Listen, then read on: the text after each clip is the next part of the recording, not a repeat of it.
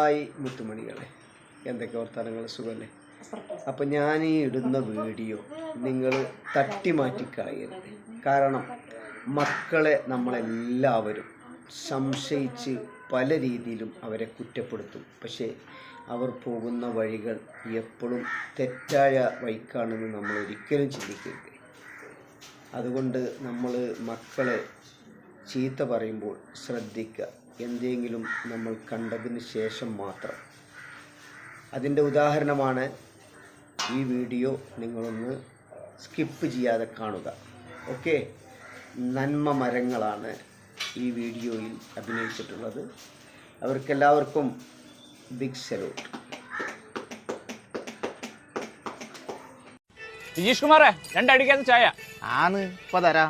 അജേട്ടാ, കടി എന്താ ഉള്ളത്? ഉഴുന്നുകൂടെ ബോണ്ട കായപ്പം പത്തിരി. കണക്ക് എന്താ വേണ്ടേ? 2 പത്തിരി. പത്തിരിയല്ലേ ഞാൻ? അജേട്ടാ, നിങ്ങളെന്താ രാവിലെ നടക്കാൻ വരാഞ്ഞ്? രാവിലത്തെ മഴ കണ്ടപ്പോ ചടപ്പായി പോയി. അജയ നോക്ക്, 10-50 വയസ്സായി, ആരോഗ്യം നല്ലോണം ശ്രദ്ധിച്ചോ. ഓന് പ്രശ്നമില്ലടോ. ഓന് ഇതിന്റെ ഉള്ളിൽ കൂടെ അങ്ങോട്ടും കൂടെ നടക്കണ്ടല്ലോ. അത് മതിയോ? ശരിയാട്ടോ. ഈ ചെക്കന്മാരെ കൊണ്ട് വല്ലാത്ത ശല്യാട്ടോ. അല്ല മോനേട്ടാ, ആ ബൈക്കിന്റെ ബാക്കിലേക്ക് നിങ്ങളെ മോനല്ലേ? നിങ്ങൾ കണ്ടില്ല? ഞാൻ ശ്രദ്ധിച്ചില്ല ശിവ. ശ്രദ്ധിക്കണം മോനേട്ടാ. നിങ്ങളത് കുറെ കാലം ഞാൻ അത് പറയണം വിചാരിക്കുന്നു. പിന്നെ നിങ്ങൾ വിചാരിക്കും നിങ്ങളെ മോനെ പറ്റി ഞാൻ അങ്ങനെ കുറ്റം പറഞ്ഞ് നടക്കല്ലേ? ഞാനിപ്പോ അതാ പറയാൻ പഠിച്ചു. അതൊന്നും പ്രശ്നമില്ല ശിവ, ഈ പറഞ്ഞോ, ഞാൻ കേൾക്കാൻ ബാധ്യസ്ഥനല്ലേ. മോനേട്ടാ, ഇവിടെ കുറെ ചെറുപ്പക്കാരുണ്ട്, മൊത്തം അലമ്പുകളാ. നിങ്ങളെ മോനെ പല സമയത്തും പല സ്ഥലത്തും വെച്ച് ഞാൻ കണ്ടിട്ടുണ്ട്. ഞാൻ കാണുമ്പോഴൊക്കെ കുറെ ചെക്കന്മാരെ കുറെ പെൺകുട്ടികളെ കൂടെ ഉണ്ടാവും. ഇന്നാണ് മെഡിക്കൽ കോളേജ് ഹോസ്പിറ്റലിൽ പോകുന്ന സമയത്തെ ആ ബസ് സ്റ്റോപ്പിന്റെ സൈഡിലുണ്ട് ഓനോന്റെ ടീമും. കണ്ടിനെനിക്ക് അത്ര സുഖം തോന്നിയില്ല കേട്ടോ. പിന്നെ ഓൻ 24 മണിക്കൂറും ഫോണിലാണ്. ഒന്ന് ശ്രദ്ധിച്ചോളൂ.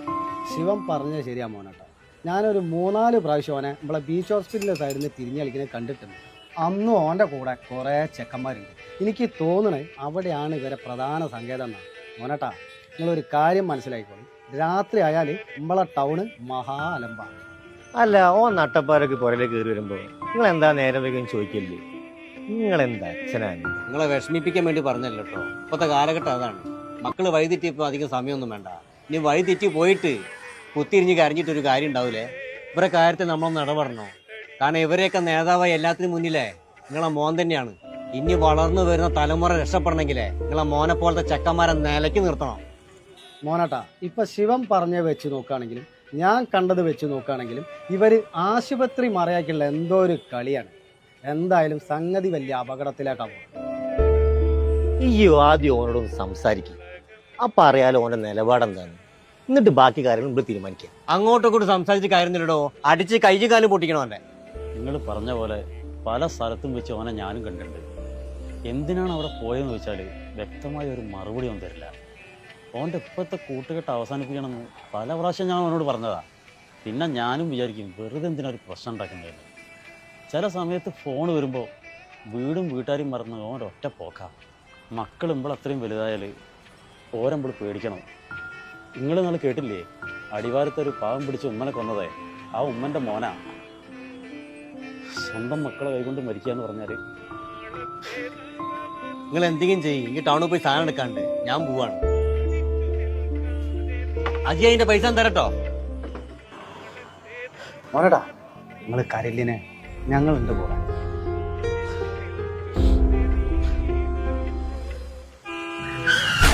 അയ്യോ, അവിടെ എന്താ ആക്സിഡന്റ് ആയിക്കുന്നു? ഇത് ഇവിടെ സ്ഥിര. അജേട്ടാ, നമ്മളെ ശിവേറിന്റെ വണ്ടി കെട്ടി നല്ല പരിക്കുണ്ട്, പെട്ടെന്ന് ഓടി വരി. ചതിച്ചല്ലോ ഓനെ. മോനേട്ടാ, വണ്ടി ഇടിച്ച് തെറിപ്പിച്ചതാ. നിർത്താണ്ട് പോയി വണ്ടി. ശിവ, ശിവ, ആരെങ്കിലും വണ്ടി പിടിക്ക്, ഞാൻ വിളിക്കാം. ശിവ, ശിവ, പോരാ. ചോര എല്ലാം പോണ്ട്. അജേട്ടാ, ഒരു തുണി ഇട്ടോ.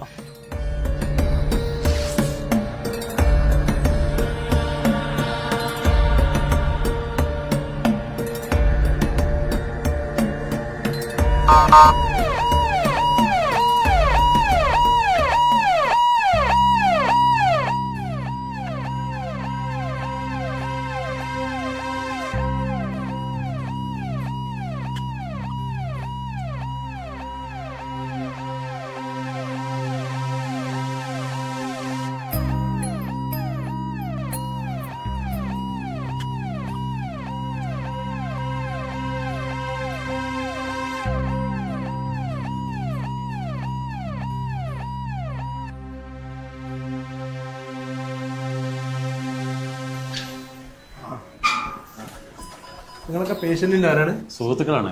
ശിവൻ എങ്ങനെയുണ്ട് സാർ? ശിവന് ഹെഡ് ഇഞ്ചുറി നന്നായി സംഭവിച്ചിട്ടുണ്ട്. അതുകൊണ്ട് ഇതിന് ഇന്റേണൽ ബ്ലീഡിങ് നിൽക്കുന്നില്ല. ഒരുപാട് ബ്ലഡ് നഷ്ടമായിട്ടുണ്ട്. പിന്നെ 2 കാലിനും കൈക്കും പൊട്ടലുണ്ട്. ഉടൻ തന്നെ ICUലേക്ക് മാറ്റും. ഇനി വെന്റിലേറ്ററിന് സഹായം എന്തെങ്കിലും ആവശ്യമുണ്ടെങ്കിൽ നോക്കാൻ സമയത്ത് നോക്കിയിട്ട് ചെയ്യാം. പിന്നെ നിങ്ങൾ എത്രയും പെട്ടെന്ന് പേഷ്യന്റിനെ ഇവിടെ എത്തിച്ചതുകൊണ്ട് നല്ല കാര്യമായി. പിന്നെ ഞങ്ങൾ ഡോക്ടേഴ്സിന്റെ ഭാഗത്തു നിന്നും ഹോസ്പിറ്റലിന്റെ ഭാഗത്തു നിന്നും മാക്സിമം കാര്യങ്ങൾ നോക്കുന്നുണ്ട്. ഒരുപാട് ബ്ലഡ് നഷ്ടമായ സ്ഥിതിക്ക് ഡോണേഴ്സിനെ നിങ്ങൾ സംഘടിപ്പിക്കേണ്ടി വരും. ഞാൻ ബ്ലഡ് ബാങ്കിലേക്ക് വിളിച്ച് പറഞ്ഞിട്ടുണ്ട്. നിങ്ങൾ ആരെങ്കിലും ഒരാൾ വളരെ പെട്ടെന്ന് തന്നെ ബ്ലഡ് ബാങ്കിലേക്ക് പോകും. ഓക്കെ? അജേട്ടാ നിങ്ങൾ ഇവിടെ നിൽക്കി. എന്തെങ്കിലും ആവശ്യമുണ്ട് അപ്പം വിളിക്കണം.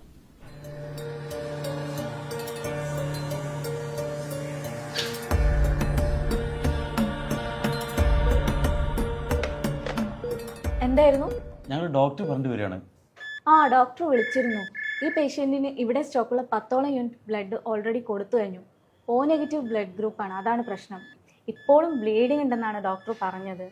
ഇനിയും ബ്ലഡ് ആവശ്യമായ ഇവിടെ സ്റ്റോക്കില്ല.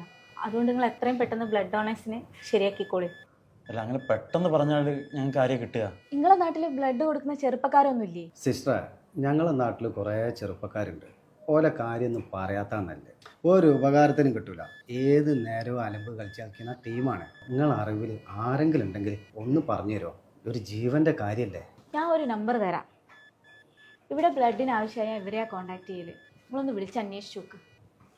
മോനേട്ടാ നിങ്ങൾ ഫോണും തരി. ഞാൻ ഫോൺ എടുക്കാൻ പറഞ്ഞില്ല. ഹോട്ടലിലേ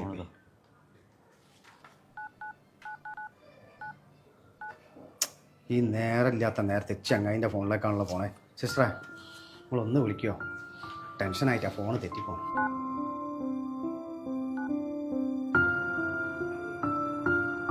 അനന്തു അച്ഛനല്ല, ഞാൻ സിസ്റ്റർ രമ്യ. അച്ഛൻ്റെ ഫ്രണ്ട് ആക്സിഡൻ്റ് ആയിട്ട് ICUലാ. O നെഗറ്റീവ് ബ്ലഡ് വേണം. ഒരു മിനിറ്റ്. പേഷ്യൻ്റെ പേരെന്താ? ശിവൻ. ശിവൻ. ഞാൻ അച്ഛന് കൊടുക്കേ.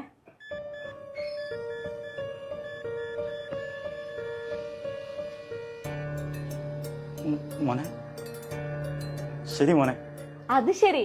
അനന്തുവിൻ്റെ അച്ഛനാണോ ബ്ലഡിന് വേണ്ടി ഓടി നടക്കുന്നത്? ഇവിടെ ഒട്ടുമിക്ക ഹോസ്പിറ്റലിലും ബ്ലഡിന് ആവശ്യമായ നേരവും കാലവും നോക്കാണ്ട് അനന്തുവിനെയാണ് വിളിക്കാറ്. അവരും അവൻ്റെ ഫ്രണ്ട്സും വന്ന് എല്ലാം ക്ലിയർ ആക്കും. അത് കണ്ടോ, അനന്തുവും ഫ്രണ്ട്സും അവരാണ് റിയൽ ഹീറോസ്.